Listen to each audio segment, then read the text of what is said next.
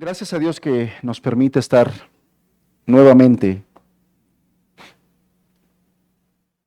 reunidos, congregados en su nombre, hermanos.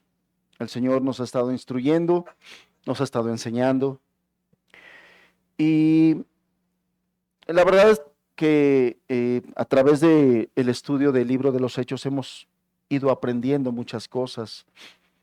Eh, la semana pasada, esta semana, estaremos hablando, ya iniciamos desde la semana pasada hablando de un tema que honestamente lo reconozco, poco lo habíamos hablado como iglesia y como congregación. El tema de la semana pasada, una iglesia de avanzada, el capítulo 13 en el que ya iniciamos, nos enfocamos específicamente en el versículo número 1 y la verdad es que nos dio para hablar de mucho, de un tema que es muy importante, el gobierno de la iglesia. De eso ha tratado este primer versículo, nos habla de ello. Y el día de hoy, en la continuación de la secuencia de los versículos, que vamos al versículo número 2, versículo número 3, el Señor sigue abundando eh, acerca del gobierno de la iglesia. El título que puse a esta enseñanza es La vida espiritual de la iglesia de avanzada.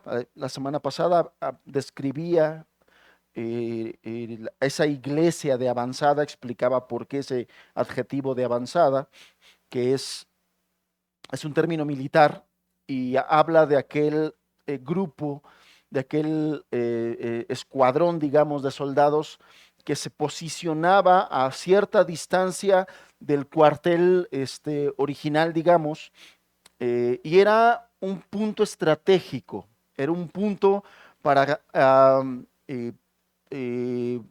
hacer frente, eran los primeros que se enfrentaban si los enemigos venían, eran los primeros en enterarse si los enemigos venían y dar el aviso, eran los primeros que iban a la batalla. Y bueno, comparábamos cómo Dios levantó una primera iglesia ahí en Jerusalén, pero cómo después a través del trabajo del Espíritu Santo, obrando en el corazón de los discípulos, cómo después de ello, a través de la persecución de Esteban, muchos discípulos fueron dispersados y algunos de ellos llegaron a Antioquía, empezaron a predicar con la gracia del Señor y el Señor levantó ahí una iglesia, esta iglesia de avanzada. Bueno, vamos a continuar en el estudio de lo que nos dice la Escritura en estos versículos. Si me acompañas en tu Biblia, vamos a leer versículo 1, versículo 2, versículo número 3 del capítulo 13 del libro de los Hechos. Dice la palabra de Dios, versículo número 1.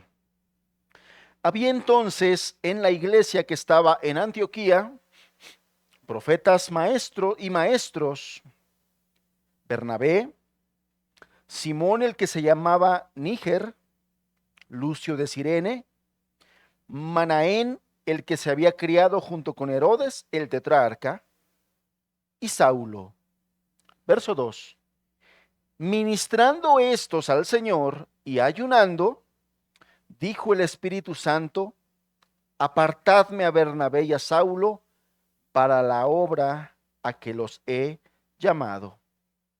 Entonces, habiendo ayunado y orado, les impusieron las manos y los despidieron. Vamos a orar. Instrúyenos, Padre, en este tema tan importante del gobierno y el liderazgo en la iglesia. Definitivamente, Padre, tú le das un lugar importante a este tema y nosotros creemos que es necesario que tú nos instruyas al respecto de ello. Señor, queremos vivir en el orden que tú has puesto. Creemos que tú has ordenado todas las cosas, tú has puesto orden a todas las cosas y tu iglesia no puede ser excepción. queremos entenderlo en el Espíritu a través de tu palabra. Te pedimos en el nombre de Jesús que nos sigas enseñando en este tema. Amén, Señor. Amén. Rápidamente algunas, como introducción, un recordatorio de lo que hablamos la semana pasada para ponernos en contexto, porque el versículo 2, que es donde nos vamos a enfocar el día de hoy, pues es contexto del versículo número 1, que fue el que estudiamos la semana pasada.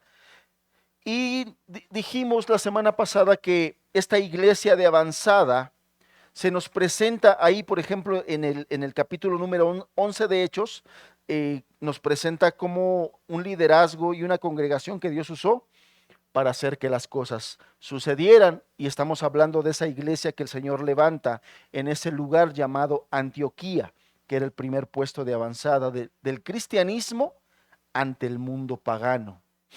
Dijimos que esa iglesia, como nos los narra la Escritura, tuvo un inicio impresionante, una iglesia llena del Espíritu Santo, y que es así como nosotros podemos definir aquella iglesia, y en lo que lo podemos notar nosotros es como esta iglesia, sus miembros, porque la iglesia es conformada por personas, sus miembros caminan en obediencia a la voluntad de Dios. Hay una dependencia de Dios, la iglesia depende del Espíritu Santo y los miembros de esa iglesia, los que conforman esa iglesia, son sensibles a la voz de Dios, a la voz del Espíritu Santo y son obedientes a esa voluntad. El día de hoy nosotros conocemos la voluntad de Dios a través de su palabra. Es su palabra la voluntad escrita de Dios. Y es aquí donde nosotros podemos conocer para todas las áreas de nuestra vida lo que Dios quiere y espera de nosotros como personas, de nosotros como matrimonio, de nosotros como padres, de nosotros como hijos, de nosotros como iglesia ante un mundo impío y corrompido. Es aquí donde nosotros podemos conocer y entender la voluntad perfecta de Dios para nosotros. Comentamos que esta iglesia, la iglesia de Antioquía, era una iglesia dinámica, es decir, sus miembros, y es que yo quisiera que ya nos acostumbráramos a entender que cuando nosotros hablamos de iglesia, no estamos hablando de un ente es diferente o separado de cada persona que forma la iglesia. La iglesia son personas, la iglesia somos personas. Por ejemplo, la iglesia bíblica de Puebla Sublime Gracia no son estas paredes, no son estos techos, no es el lugar. Esa no es la iglesia bíblica de Puebla. La iglesia bíblica de Puebla la conformamos los creyentes, las personas a quien Dios ha puesto de manera local en este lugar. Y eso es lo que yo quisiera que entendiéramos cada que hablamos de la iglesia. Está hablando Dios de las personas que conforman la iglesia. Y esa iglesia de Antioquía era una iglesia dinámica. Esa iglesia era dinámica porque sus miembros eran dinámicos. El día de hoy hay un concepto ya de algunos años que se le llama eh, eh, proactivos, algo que tiene mucho que ver con el dinamismo. Una persona proactiva no es una persona que está esperando que le digan qué hacer, es una persona que busca en la voluntad de Dios, la voluntad del Señor para él, y que conforme ese entendimiento empieza a caminar, empieza a actuar, empieza a hacer. Una iglesia dinámica no es la que se sienta solamente a ser un espectador de lo que está pasando y de lo que se está enseñando y se está diciendo. Una iglesia dinámica es aquella que entiende cuál es la voluntad de Dios y actúa con fervor. Esa iglesia era una iglesia así, dinámica, activa, aprovechando todas las oportunidades que Dios le ponía enfrente para extender el reino, porque la extensión del reino se había vuelto en la razón de su existencia. Ellos entendían que eso era lo que el Señor quería mientras ellos permanecieran en esta tierra y hasta que el Señor viniera por ellos. Y son cosas que nosotros como iglesia de estos tiempos debemos entender y debemos abrazar, hermanos. No podemos ser espectadores de lo que está sucediendo. Dios quiere que seamos protagonistas en el sentido correcto, ¿no? No de protagonismo, de véanme a mí, yo soy el que soy. No, protagonistas en el sentido de ser participantes de lo que Dios quiere que hagamos. Él quiere que sea su iglesia, el cuerpo de Cristo, quien esté actuando. Y cuando nosotros oramos, hágase tu voluntad, venga tu reino, Él espera que entendamos que la iglesia tiene que ser dinámica.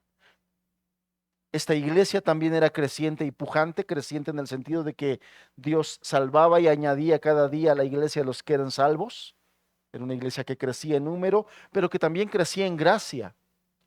Y veíamos nosotros que en el estudio de esto, que la gracia se nota, la gracia se ve. Dice que cuando los apóstoles enviaron a Bernabé a supervisar lo que estaba pasando en Antioquía, dice que cuando Bernabé llegó, vio la gracia de Dios. La gracia de Dios se ve, hermanos. ¿Y cómo se ve? ¿Cuál es la forma de la gracia? El reino de Dios extendiéndose, los discípulos moviéndose con pasión, con fervor, con alegría, extendiendo el reino de los cielos. Una iglesia que quiere hacer la voluntad del Señor. Una iglesia controlada por el Espíritu. Y esta congregación, además de todas estas características, tenía líderes. Había una estructura de liderazgo que el Señor había puesto, porque nuestro Dios es un Dios de orden y todas las cosas que tienen que ver con Él, Él le pone un orden, Él les pone una estructura y había un liderazgo espiritual que fueron clave también en esta obra. Y de esa manera líderes y congregación, líderes e iglesia fueron grandemente utilizados por Dios en la extensión del reino en aquel tiempo en el mundo pagano. Son algunas cosas que veíamos en la enseñanza de la semana pasada. Hoy vamos a enfocarnos después del versículo número 1. Si me acompañas, por favor, al verso 2, para ver cómo Lucas continúa describiéndonos la vida de esta iglesia y de sus líderes. Hechos capítulo 13, verso 2, la parte A. Solamente la primera parte dice, ministrando estos al Señor, ayunando, dijo el Espíritu Santo. ¿A quién se refiere cuando dice ministrando estos al Señor? Pues el versículo 1 está hablando de 5 personas. Está hablando de Bernabé, de Simón el que se llamaba Níger, de Lucio de Cirene, de Manaén y de Saulo. Ellos eran el liderazgo que Dios había puesto en esa iglesia. Y entonces el versículo 2 nos dice, ministrando estos 5 que está mencionando en el versículo 1, ministrando estos al Señor y ayunando, dijo el Espíritu Santo. Es muy particular y muy importante lo que se nos está diciendo aquí, porque Lucas está describiendo, está dando detalles y detalles importantes que nosotros no podemos dejar pasar si queremos entender el gobierno de la iglesia. Los líderes en Antioquía entendieron claramente el mandato de Dios para ellos. Entendieron el llamado que Dios les había hecho, pero también la voluntad de Dios para el trabajo de ellos dentro del ministerio. ¿Y cuál era el trabajo de ellos dentro del ministerio? Dice el versículo 2, ministrando estos al Señor. Estos líderes tenían una prioridad y esta prioridad la habían aprendido de sus hermanos los apóstoles, de sus líderes.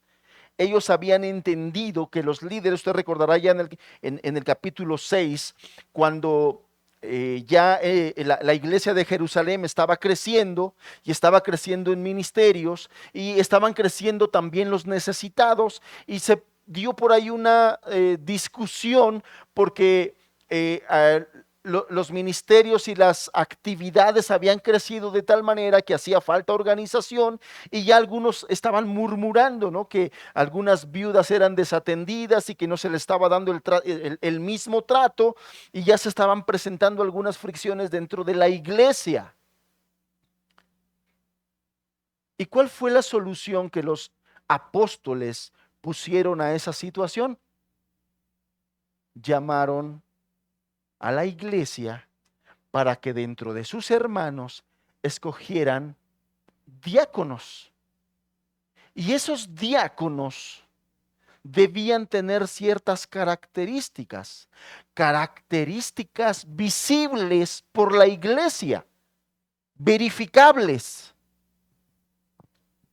Y algunas de esas cosas eran varones llenos de fe, llenos de sabiduría y del Espíritu Santo. Características espirituales. Pero eran características que la iglesia podía ver en el trato con estos hermanos.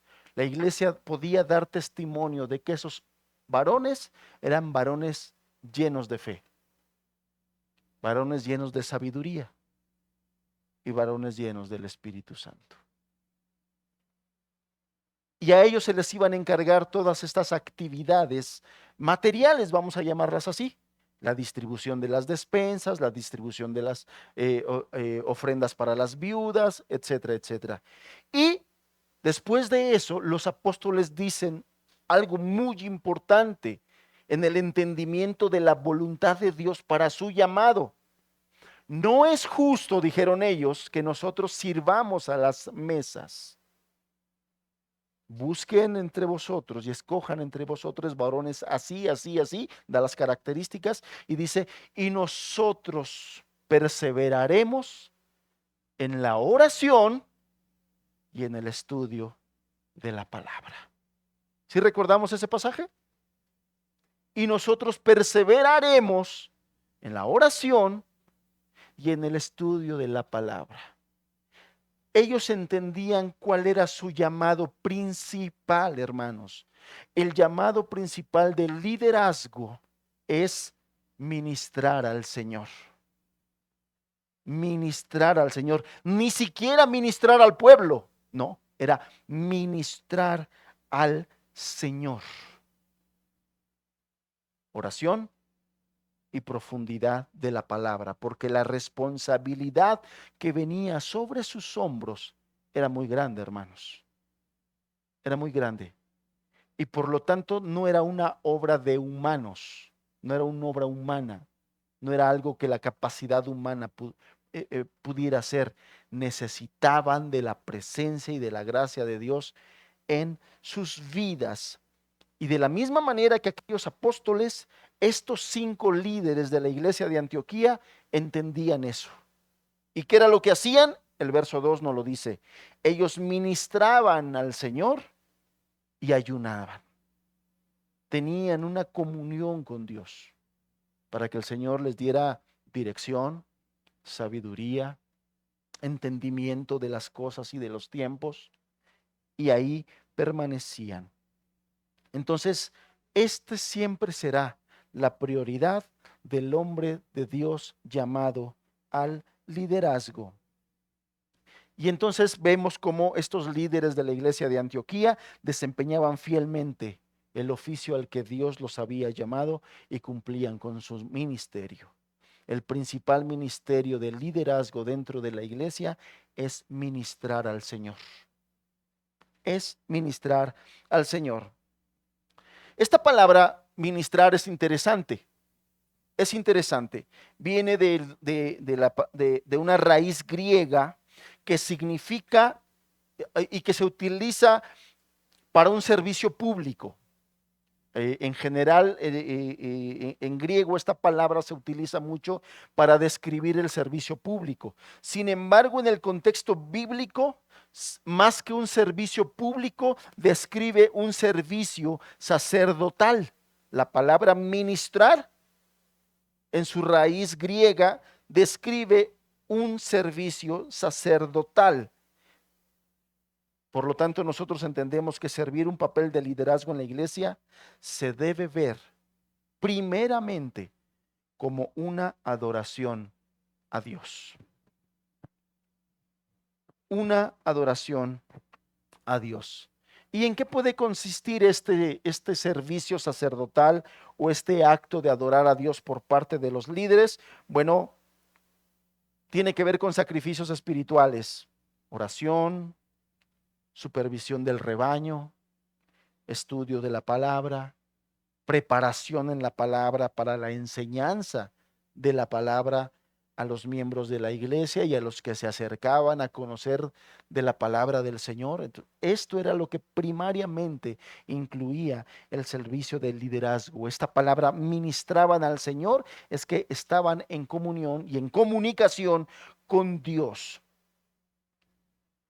Es importante notar, yo le decía, cómo la administración de estos 5 líderes no era primariamente al pueblo, a las personas, a la gente. Lucas se toma el cuidado y la delicadeza de dejarnos claro que los líderes a quienes ministraban era al Señor.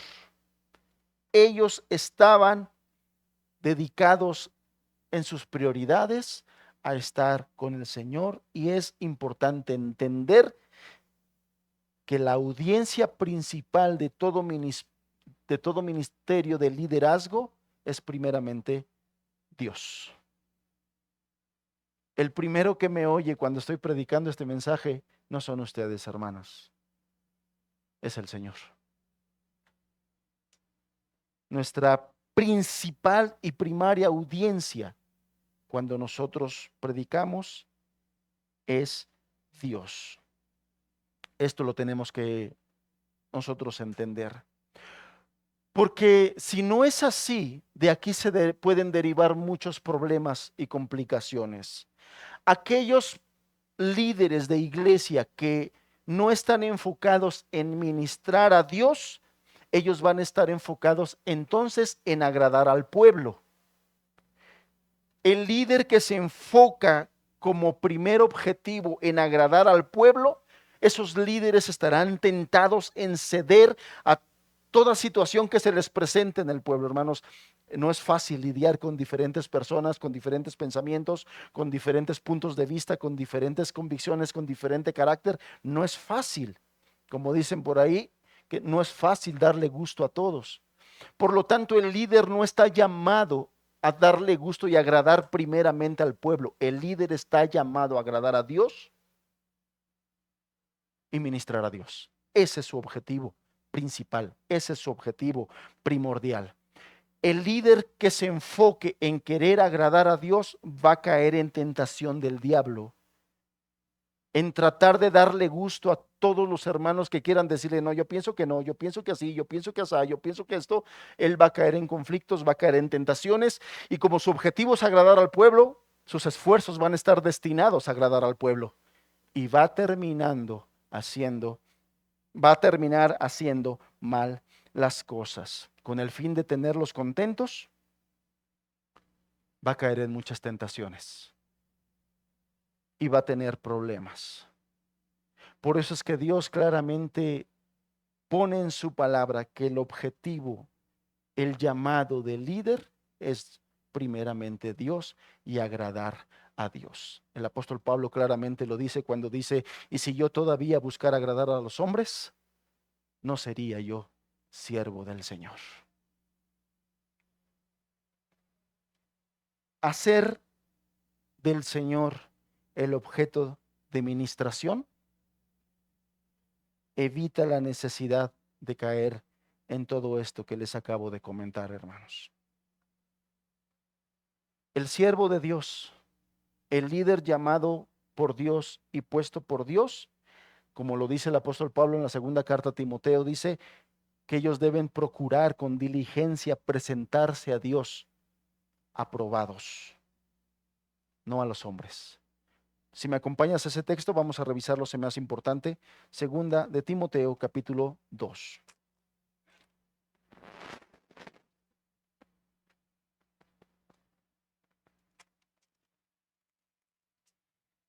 Segunda de Timoteo, capítulo 2. verso número 15. La primera parte del versículo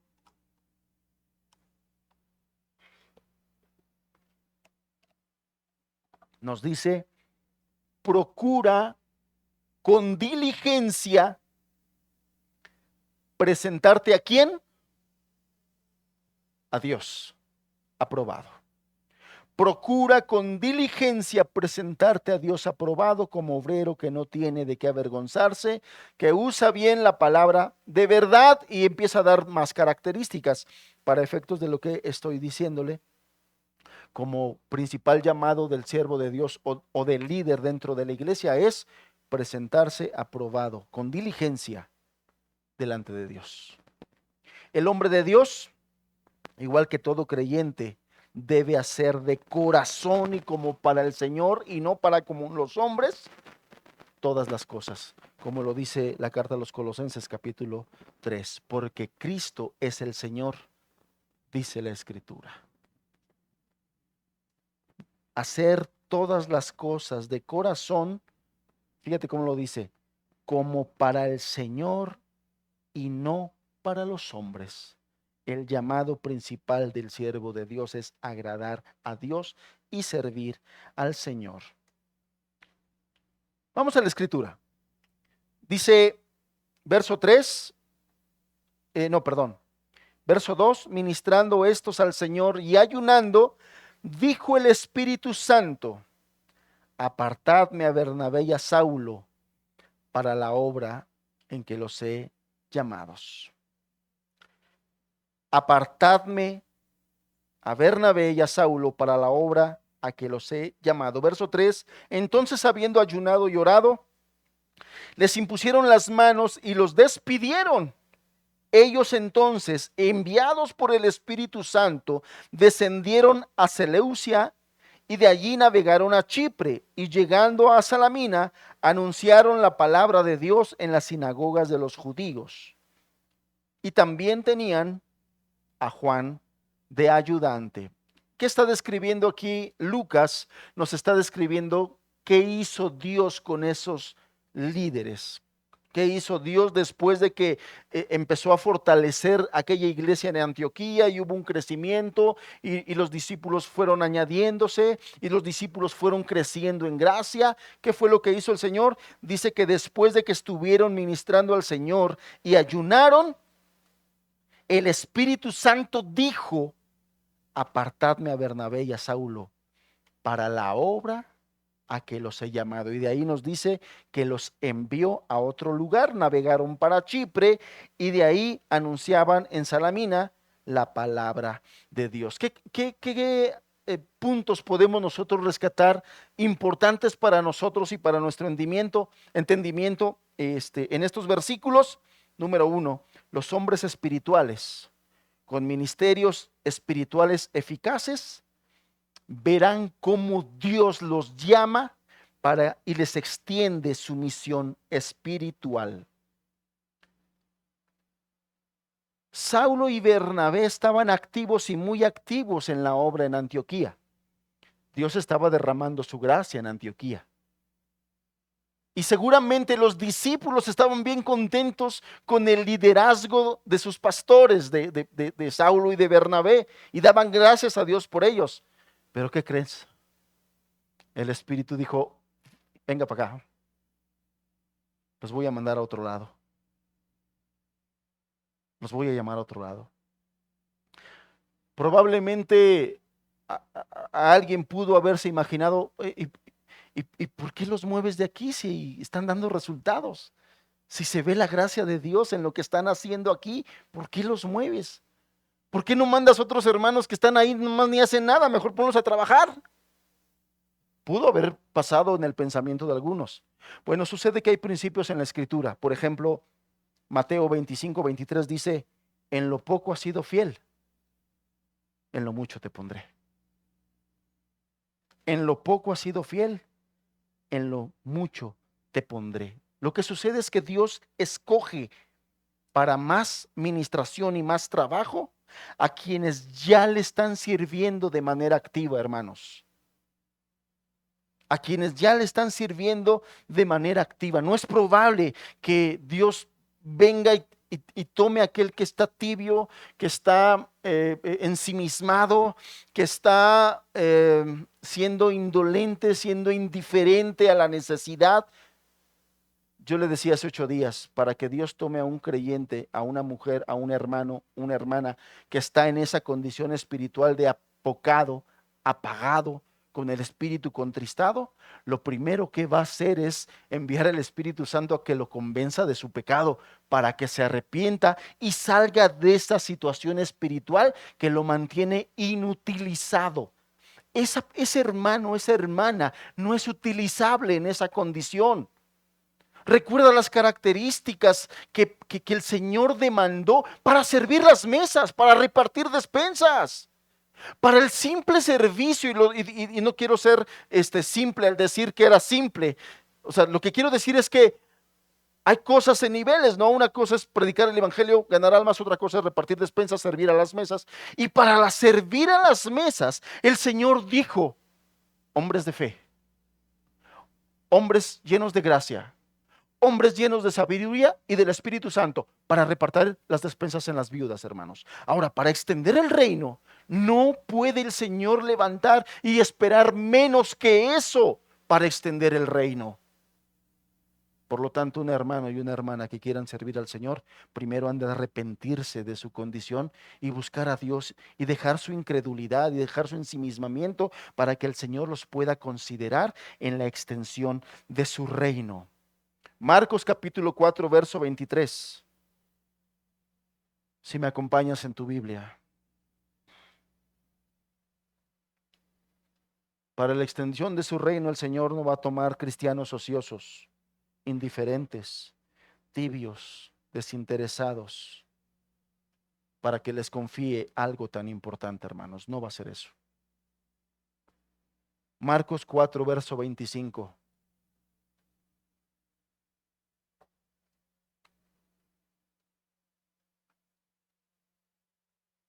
Porque al que tiene, ¿qué dice?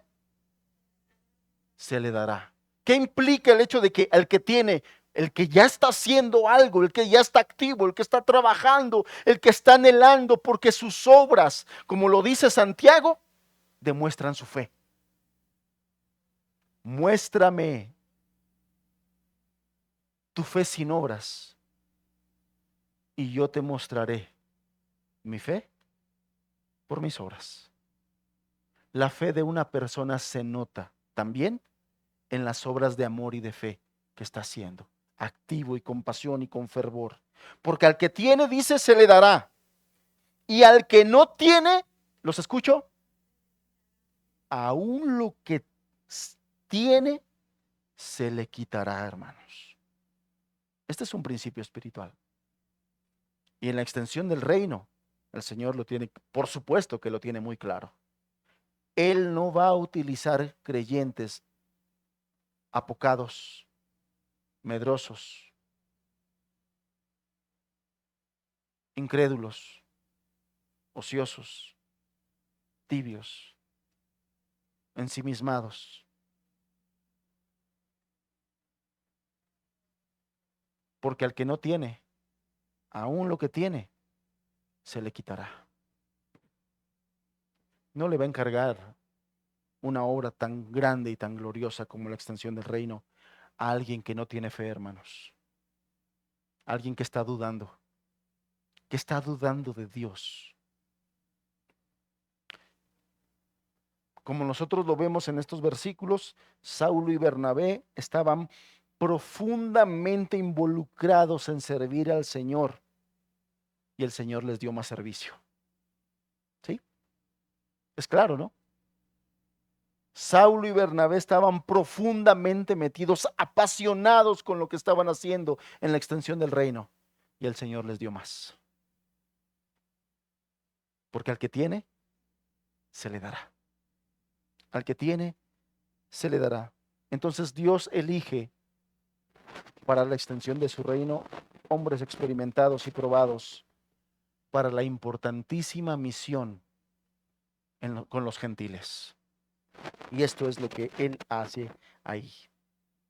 La verdad de que toda obra se debe hacer para el Señor, la vemos aquí en estos pasajes reforzada mediante la obra del Espíritu. Fíjense cómo es claro cómo nos lo presenta la Escritura. Y el Espíritu Santo dijo, apartadme a Bernabé y a Saulo. Para Dios, Bernabé y Saulo eran los hombres que él quería utilizarlos como él quisiera y enviarlos a donde él quisiera. Porque Dios es el Señor de la obra y él mueve a sus líderes y él mueve a sus hijos como él quiere. Y tiene todo el derecho y toda la libertad de enviarlos a donde él quiere, como él quiere, cuando él quiere, porque él es el Señor de la obra, él es el Señor de la iglesia. Otro principio que vemos en estos textos, hermanos, es cómo Dios llama soberanamente a los hombres al ministerio. Ya mencioné algo la semana pasada, pero quiero reforzarlo. Quiero dejar claro que en estos textos vemos cómo la iglesia no escogió a Saulo y a Bernabé. La iglesia no escogió a Saulo y a Bernabé. Fue el Espíritu Santo. Apartadme a Saulo y a Bernabé, dijo el Señor. ¿Cómo pudo ser cuando el Espíritu Santo dice apartadme? Y dijo el Espíritu Santo apartadme. ¿Cómo lo podemos interpretar? Bueno, recuerden ustedes que en aquellos tiempos apostólicos estaba muy vigente la figura del profeta. En los tiempos apostólicos, Dios utilizaba hombres y mujeres para hablar y dar todavía indicaciones. Había profetas.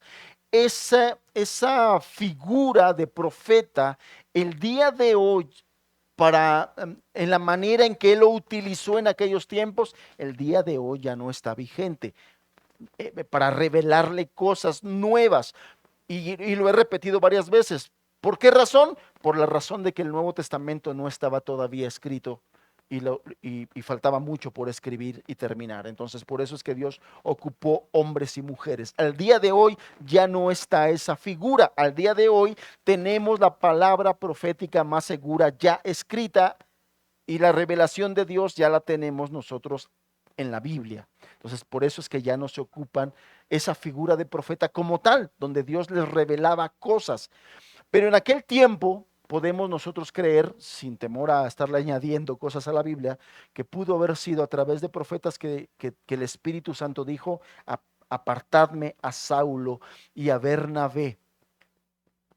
Cuando la iglesia en aquellos tiempos escogía a los líderes, lo hacía ya en el entendido de que Dios había puesto ya a ese llamado, lo capacitaba y le daba dones y talentos para desarrollar esa función de liderazgo, de tal manera que era tan palpable que la iglesia podía darse cuenta. Y es en ese sentido donde la iglesia sí escoge a sus líderes, en ese sentido, como ratificando lo que el Espíritu Santo ya hace, lo que el Espíritu Santo ya dio. Dios da dones y talentos a hombres para ejercer el liderazgo. Eso es notorio ante los hermanos, ante la iglesia, y entonces los hermanos pueden decir, sí, yo creo que el Señor está llamando a este hermano para esta función, para este lugar dentro de la iglesia. Pero viene de Dios, es Dios quien nos escoge. Tampoco notamos que no fue ni Saulo ni Bernabé, es decir, a ver, hermanos, yo le entro, anótenme a mí, ¿no? Nadie quiere ser líder aquí, bueno, yo sí me aviento el paquete. No, tampoco fue eso. Tampoco Saulo y Bernabé se anotaron o se ofrecieron como voluntarios. Al contrario, vemos cómo de manera soberana el Espíritu Santo los envió al servicio misionero de tiempo completo. Otro principio que vemos en estos textos es la importancia de esperar en los tiempos de Dios. La importancia de esperar en Dios. Esta iglesia de Antioquía, hermanos, no había elaborado esquemas ni trazos de estrategias para alcanzar el mundo gentil. Se centraron en llevar a cabo ministerios que Dios les había confiado. Vemos cómo el Señor es el Señor de la obra. Él levanta a sus obreros, Él levanta a sus líderes, Él ordena, Él les pone hacia dónde, porque ellos no sabían, ellos no se sentaron a decir, oigan, ¿y cómo ven? Que pues a lo mejor pues, Chipre, ¿no? Está aquí cerquita, pues vamos a... No, el Señor puso, el Señor los envió, y como respuesta en obediencia a eso, se levantaron y fueron. No hubo murmuraciones, no hubo resentimientos, a lo que el Espíritu Santo demandó a aquella iglesia. Y la iglesia de Antioquía dijo, amén, hermanos, amén. Llévense a Saulo y llévense a Bernabé. Y vemos a través de la escritura cómo el ánimo de esa iglesia de Antioquía no disminuyó, no menguó, porque la obra es de Dios. La obra es de Dios. Cuando la iglesia, hermanos, está gobernada por el Espíritu Santo,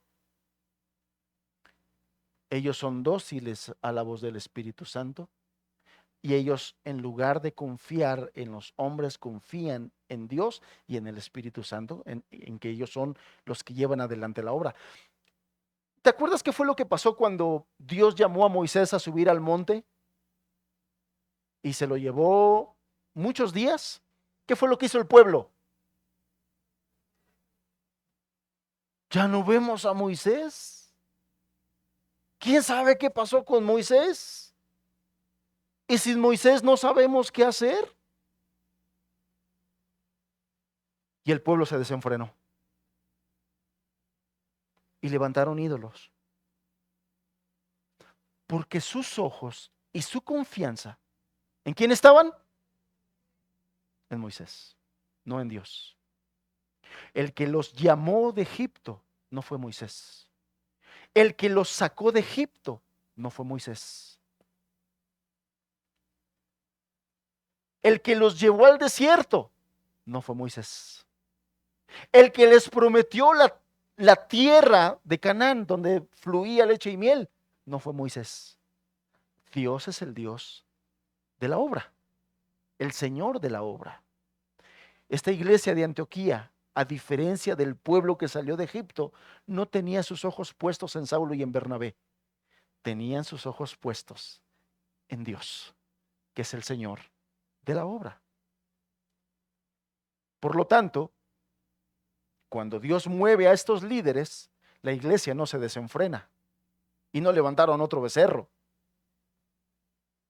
La iglesia siguió adelante porque era una iglesia que estaba en el Espíritu, porque era una iglesia que tenía clara los mandatos del Señor y lo que quería el Señor hacer con ellos, y siguieron adelante. Yo te decía que esa iglesia fue la iglesia que sostuvo el ministerio de Pablo en oración y aún en cuestiones económicas. Acompáñenme al versículo número 3, Hechos capítulo 13, versículo número 3.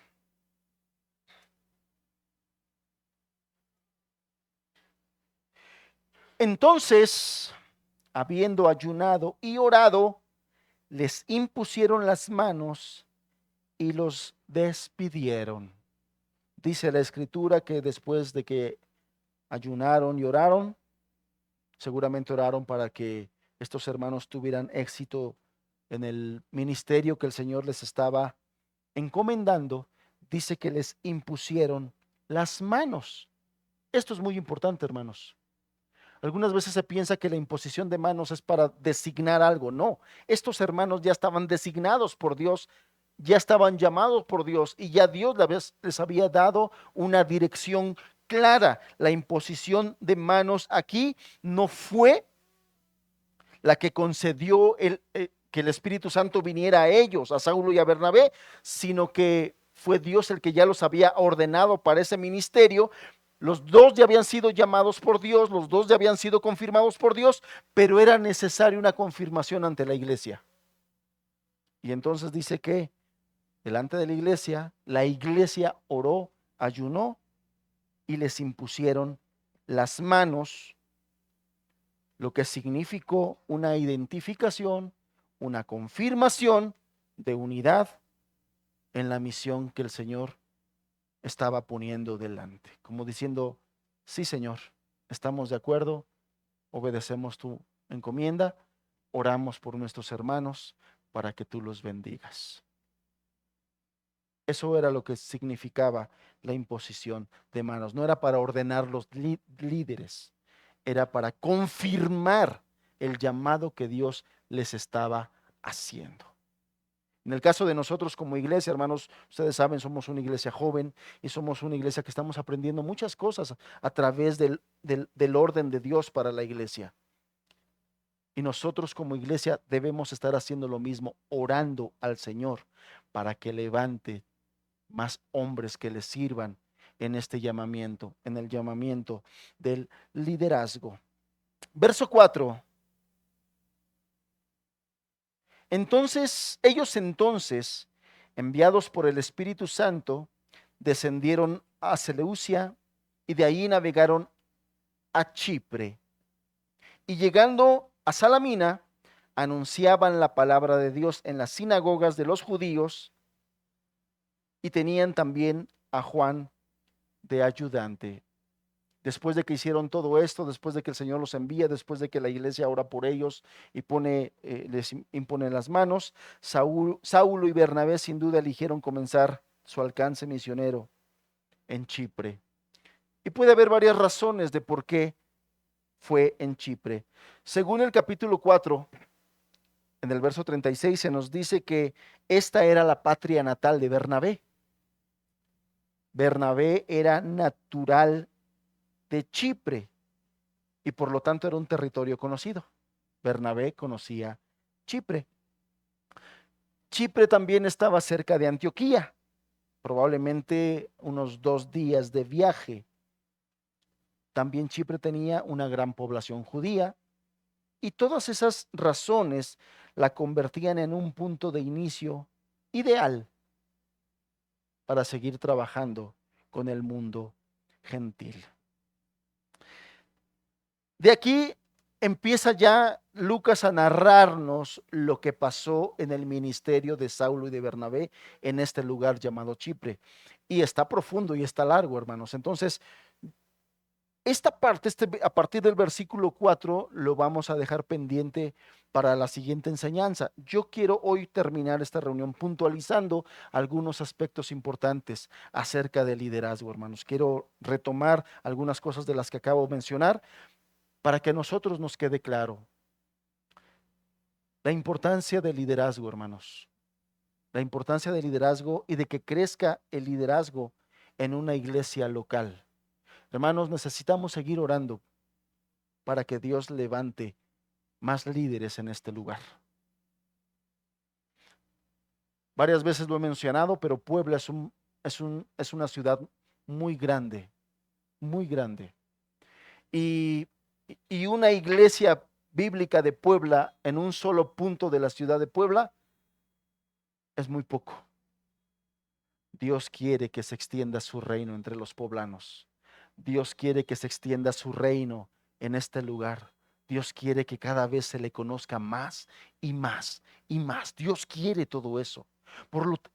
Y estamos viendo y aprendiendo de la Escritura que Dios lo hace a través de su iglesia, pero una iglesia que está conformada también por un liderazgo bíblico, hermanos. Un solo pastor en una iglesia no es suficiente. Un solo pastor en una iglesia no puede hacerlo todo. El modelo bíblico es una comunidad de pastores, de líderes, que tomen decisiones. Acuérdense que somos un cuerpo y que el Señor nos ha dotado de diferentes dones y capacidades y que en la multitud de consejeros hay sabiduría. Recordemos todos esos principios, hermanos.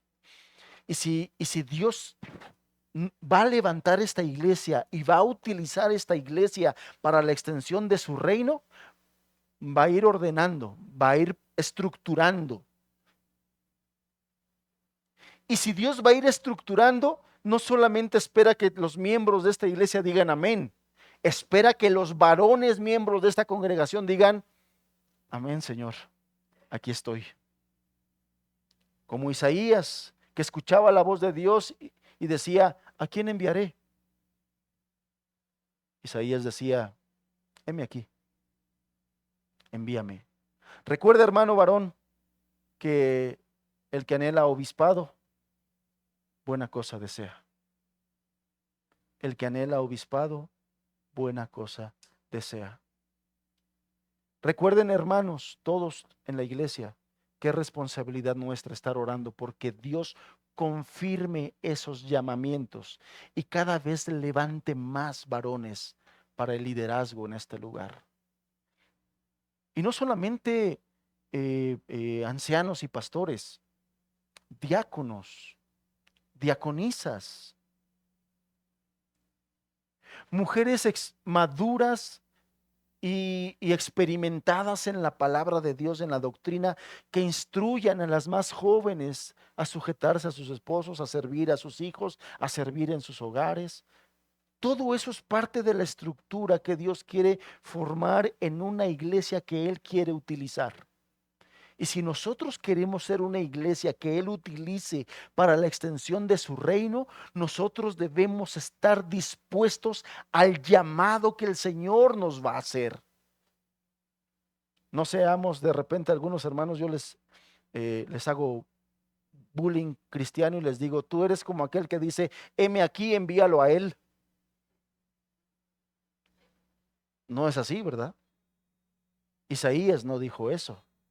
No dijo, heme aquí, envíame, envíalo a Él. Hay un dicho allá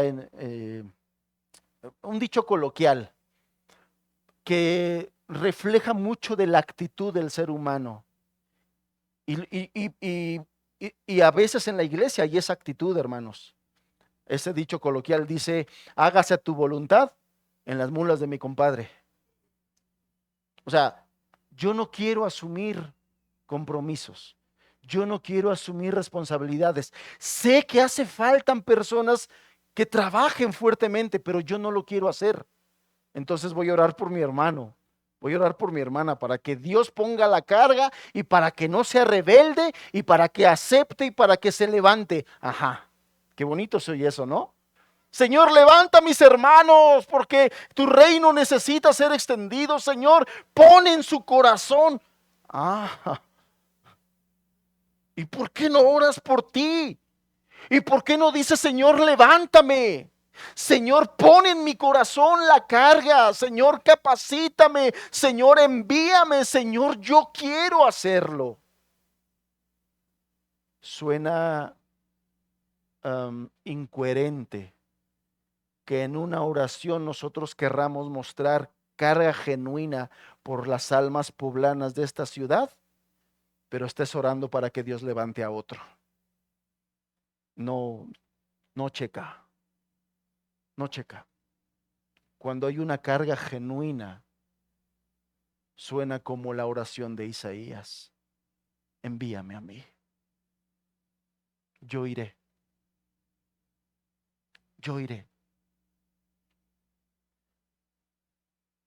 Y esto tiene que ver con cada varón que está aquí. Con cada varón que está aquí. Si todavía no eres cristiano, tiene que ver contigo, porque Dios te está llamando primeramente a la vida eterna y después seguramente, porque Dios no hace las cosas al azar.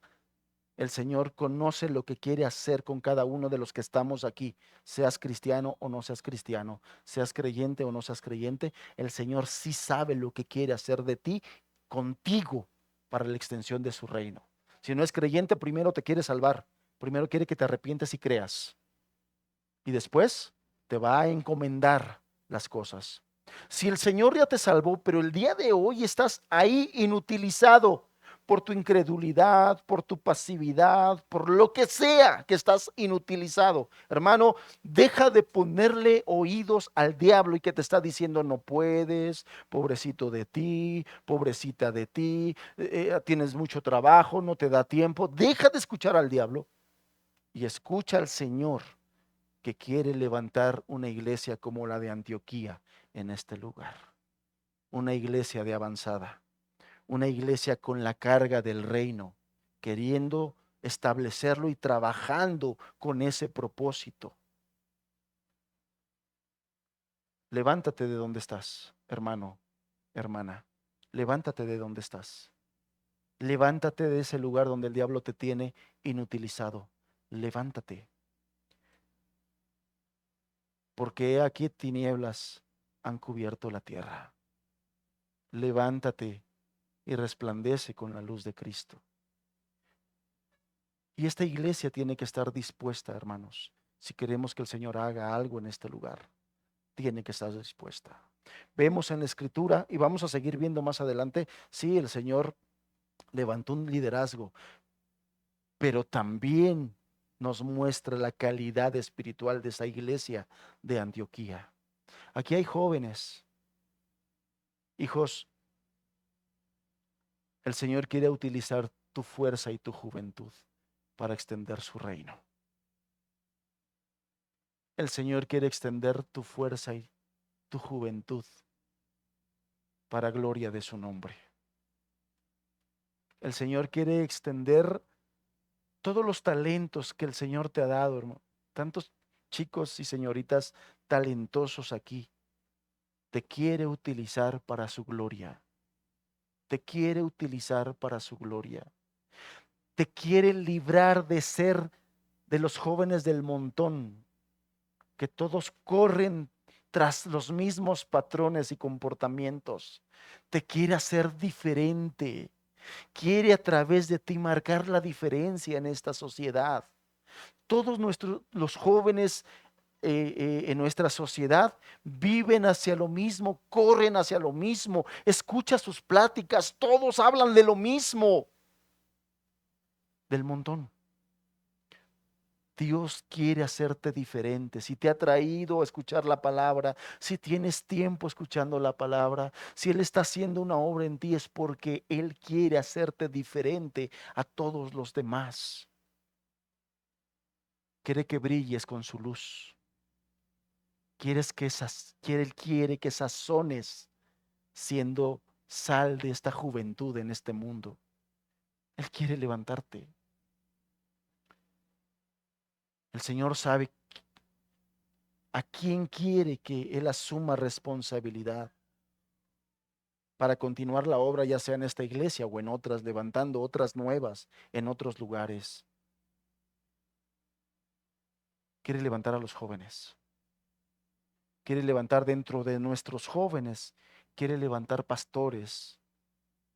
Joven, ora y pregúntale al Señor si Él quisiera ponerte como líder dentro de su iglesia para gloria de su nombre. El tiempo pasa y a muchos de nosotros ya nos duele todo.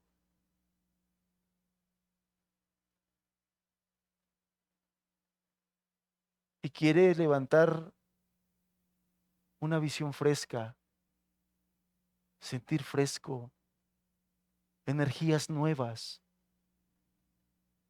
de nuestros jóvenes, con ímpetu. Atrás de Moisés había un Josué. Atrás de Moisés había un Josué, hermanos. A un hombre que Dios le exigió y le dijo: te mando que te esfuerces y que seas valiente. Un joven que, llamado por Dios, tuvo la visión de decir: mi casa y yo serviremos al Señor. A lo mejor no sabes quién va a ser tu esposa o tu esposo. El Señor sabe con quién te vas a casar y la descendencia que te dará, pero que desde el día de hoy tú puedas tener claro: mi casa y yo serviremos al Señor. Con fervor. Los jóvenes son apasionados. Cuando se meten en algo, lo quieren hacer con muchas ganas. Qué mejor que hacerlo en el reino de los cielos. Qué mejor que hacerlo en el reino de los cielos. A los adultos, hermanos varones, conságrate, levántate, confía en el Señor, ríndete a Él, que moldee tu carácter. Acuérdate lo que he dicho, el liderazgo en la iglesia no es algo que nosotros como hombres nos ganamos. El Señor establece, el Señor pone, porque es el Señor de la obra. Y si a Él le place ponerte en un lugar así, que nosotros seamos barro en sus manos y que nos vaya formando, hermanos. Hay varones aquí con muchos talentos que el Señor les ha dado. Estoy seguro que a muchos de ustedes el Señor les está hablando. No te resistas. No te hagas que no te habla. No corras hacia Tarsis. Confía en el Señor y levántate. Hermanas, el ministerio del Señor Jesús fue muy bendecido por mujeres piadosas que le seguían. Muy bendecido por mujeres piadosas que le seguían. Si hay hermanas aquí que han servido al Señor, hermana, anímate y sigue sirviendo al Señor. Si te sientes desanimada y por eso has dejado de hacer cosas que antes hacías, no hay palabras que yo te pueda decir que te motiven. Yo no soy un motivador, yo no soy un coach. Lo único que te puedo decir es que si el amor de Cristo mostrado en la cruz por ti no te anima a seguir adelante sirviéndolo, no va a haber nada en esta tierra que te anime a servir al Señor. Si nosotros no trabajamos por gratitud a lo que el Señor ha hecho por nosotros, nada en esta tierra nos va a mover a trabajar. Nada en esta tierra. El creyente se mueve por gratitud. El motor de su vida es la gratitud al amor de Cristo. Y si el amor de Cristo no te motiva, y si el amor de Cristo no te mueve, no va a haber nada en este mundo que te va a mover, hermano. No va a haber nada en este mundo, no va a haber nada que nos motive, no va a haber nada. Al contrario, hay muchas cosas de afuera que nos desmotivan. Aquí mismo en la iglesia pasan situaciones que nos desmotivan, hermanos.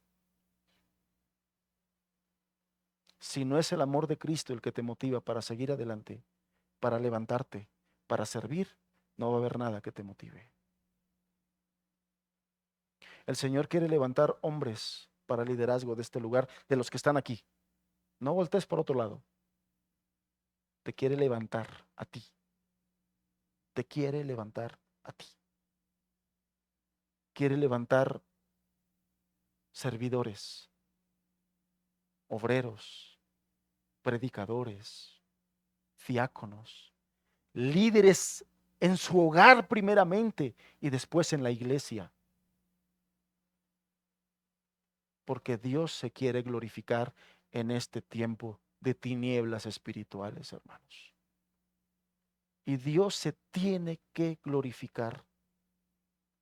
Y no es un asunto de que si tú no lo haces no va a pasar. No, hermanos, el Señor lo va a hacer con nosotros o sin nosotros. La bendición es que nosotros podamos participar de ese privilegio que el Señor nos está concediendo y extendiendo. Levantémonos. Que Dios pueda hacer de la iglesia de Puebla como una iglesia de Antioquía, una iglesia de avanzada, una iglesia sometida a la voluntad de Dios, una iglesia llena del Espíritu, una iglesia con tal amor al Señor y con tal madurez que podamos arreglar nuestras diferencias. Una iglesia que cuide la presencia del Señor, que cuide la presencia del Espíritu, que cuide la unidad entre nosotros.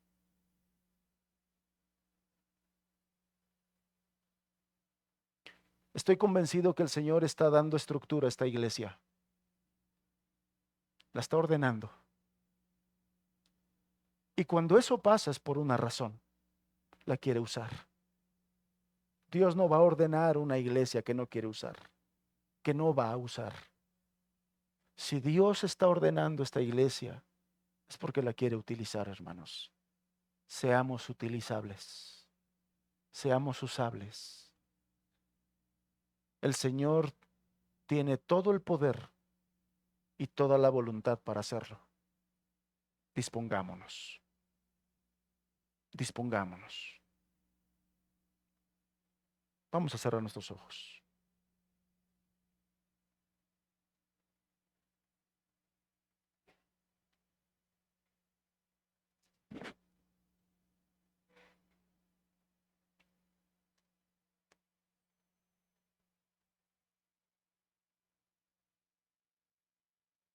¿A qué te ha estado llamando el Señor? ¿Te ha estado hablando, hermano? Hermano, varón, ¿Dios te ha estado hablando? ¿A qué te está llamando? ¿A qué te está llamando, hermano? Varón. Si no te está llamando, preocúpate. ¿Por qué no te está llamando?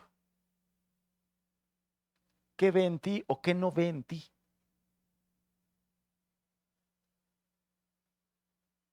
Pero si te está hablando, ¿a qué te está llamando, hermano? ¿Cómo vas a responder?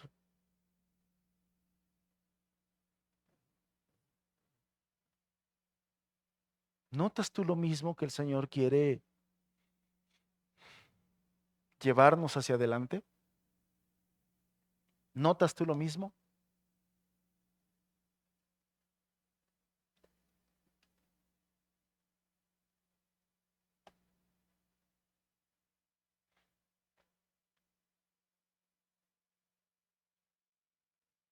¿Cómo vas a responder? Porque aquí hay hermanos varones que tienen muchos años, muchos,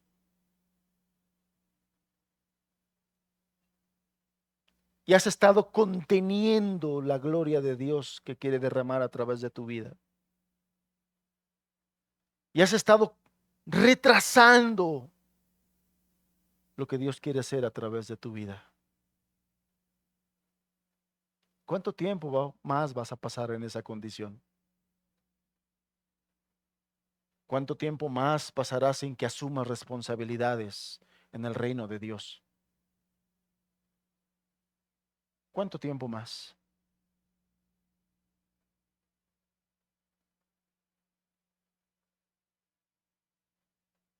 Hermanas, ¿te ha estado llamando el Señor? ¿Te ha estado hablando? ¿Qué te ha estado diciendo, hermana? Si no te habla el Señor, preocúpate. No es normal ni es bueno. Pero si te está hablando, ¿qué te está hablando? ¿Qué te está diciendo? ¿A qué te está llamando? Hermanos, el reino de los cielos es dinámico. El reino de los cielos es dinámico. El reino de los cielos sufre violencia. Es dinámico, se mueve. Y el reino de los cielos quiere avanzar. Por cuanto es dinámico, el reino de los cielos no es estático, hermanos.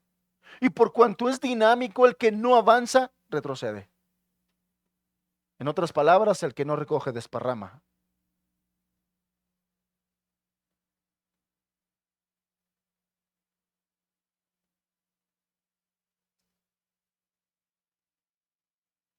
Estoy seguro que el Señor está llamando a todos y cada uno miembro de esta iglesia.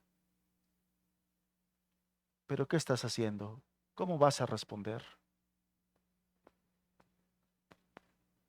¿Cómo vas a responder, hermano? Joven, señorita, el Señor te está llamando a la consagración en tu juventud.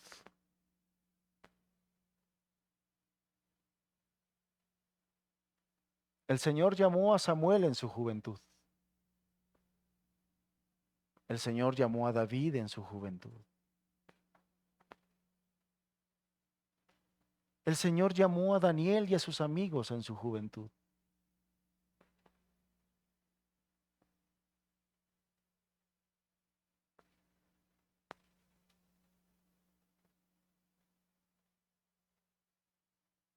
El Señor llama en la juventud, porque no quiere que seas igual que esta juventud confundida y extraviada. Él te quiere dar propósitos para tu vida, visión, objetivos, metas, para su gloria, no para la tuya, para su gloria. ¿Cómo vas a responder al Señor? ¿Cómo vas a responder? ¿Cómo le vas a responder al Señor?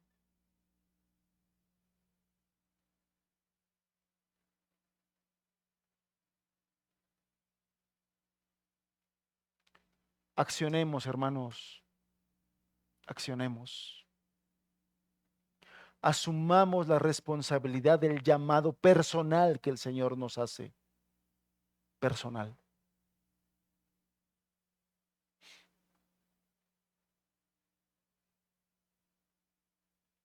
Si el Señor te rescató, ya no te perteneces.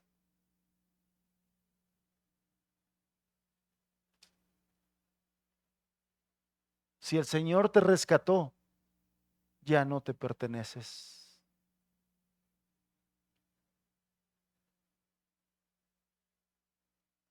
Porque si uno murió por todos, luego todos murieron. Y por todos murió, para que los que viven ya no vivan para sí, sino para aquel que murió y resucitó por ellos. Ya no te perteneces si el Señor murió por ti, ya no te perteneces. Nos compró por precio, nos llamó para la extensión de su reino.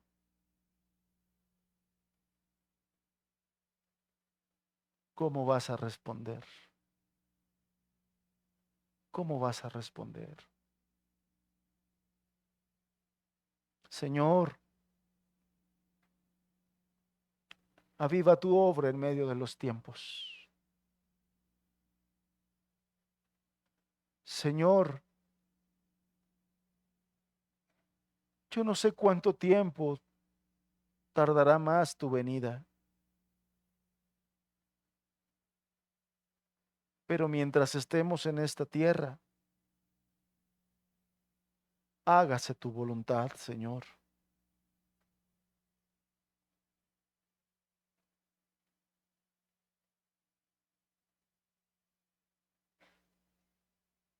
Que respondamos a tu llamado, que nos entreguemos a tu servicio, que sea una pasión extender tu reino, que sea nuestra pasión, nuestro fervor para extender el reino.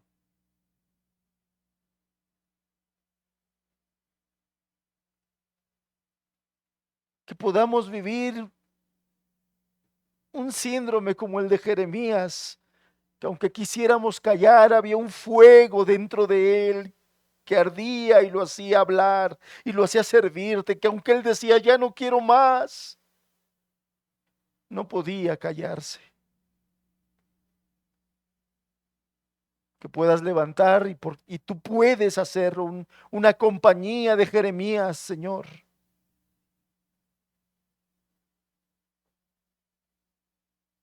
Que no podamos callar.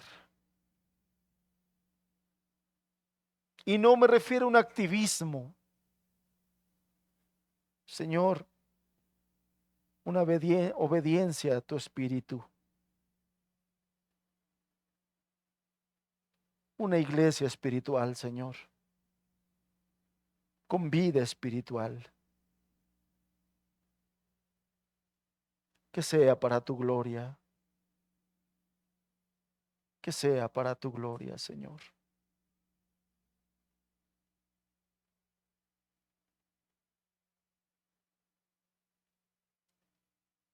Dentro de entre mis hermanos, levanta pastores.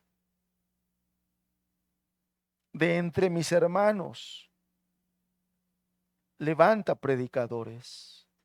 Levanta maestros, Señor, a quien tú les des una revelación fresca y entendimiento de tu palabra y la habilidad de enseñarla y explicarla, Señor. Hay tanta necesidad de entender tu palabra y de predicar tu palabra y el evangelio. Es la medicina que tú dejaste para el mal, Señor. Es lo que la gente necesita, conocer a Cristo a través del evangelio. Levanta mujeres espirituales, maduras, ancianas espiritualmente, que honren tu nombre, que levanten tu nombre en sus casas, en sus matrimonios, en sus hijos, que sirvan a otros, a otras, Señor, que enseñen a otras, que sean testimonio, ejemplo. Toma de nuestros jóvenes para tu gloria, Señor. Toma de entre nuestros hijos para tu gloria y levántalos para continuar tu obra y tu reino, Señor.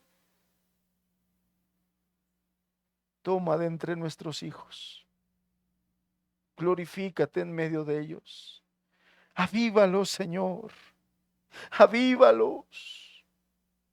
Pon un celo y un fuego dentro de ellos. Como lo hiciste en aquellos tiempos, Señor. Como lo hiciste con Whitfield, con Edwards, con Wesley. Como lo hiciste con muchos hombres y mujeres, Señor, y lo has hecho a través de la historia.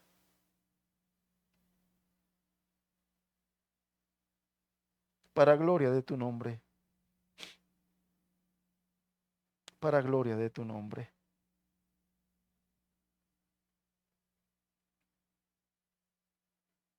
Es nuestra oración, Señor, en el nombre de Jesús. Amén.